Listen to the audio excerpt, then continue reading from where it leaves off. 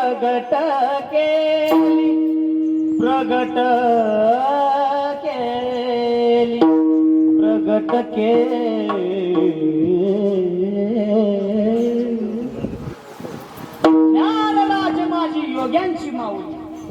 माऊली हा शब्द पहिल्यांदा माझ्या नामदेवरायांनी वापरला माऊली.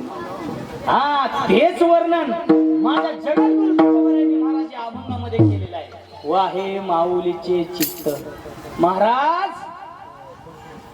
संतत्वाला मातृत्वाची उपमा या अभंगामध्ये जगद्गुरु तुकोबारायांनी दिलेली आहे. नीट सर्वांनी लक्ष देऊन कीर्तन ऐका. वा हे माऊलीचे चित्त. लेकराबद्दल महाराज जे हित पाहिजे लेकराचं ते आई महाराज वाहत असते. ऐका, आपल्या जर जीवनाचा महाराज प्रवास बघितला, आपलं जर चरित्र वाचायचं म्हटलं किंवा लिहायचं म्हटलं तर पहिला शब्द काय येईल? कुणापासून चरित्र सुरुवात होईल? कुणापासून? आई वडिलांपासून. आई वडिलांचं जर नाव आपल्या चरित्रातून काढलं तर महाराज आपल्या चरित्राला, आपल्या चरित्राचा उपयोग नाही महाराज. मग ऐका महाराज, मला सांगा, रामायण जर कैकेयी बाजूला काढली तर रामायण शून्य आहे. तसं आपल्या जीवनातून जर महाराज आई वडील बाजूला काढले ना तर आपलं जीवन शून्य आहे महाराज. विठाला विठाला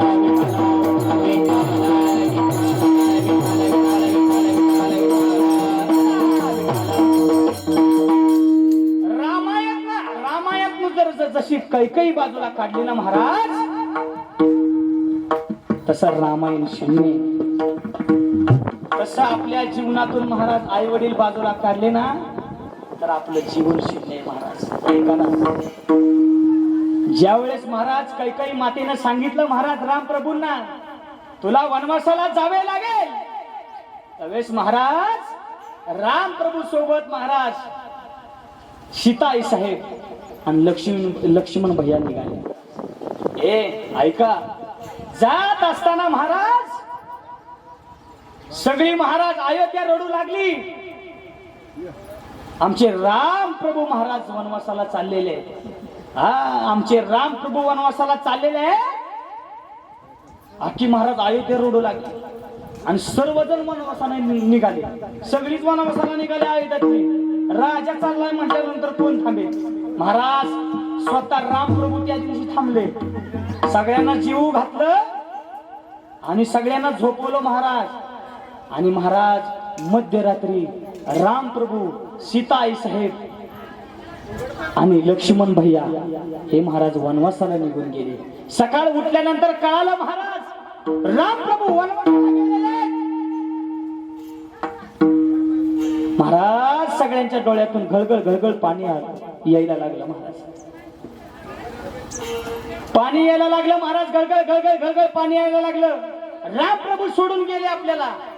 मला सांगा ना महाराज, ज्या कौशल्याने महाराज जन्म दिला, कौशल्याचा राम, कौशल्याचा राम, कौशल्याचा राम बाई, कौशल्याचा राम.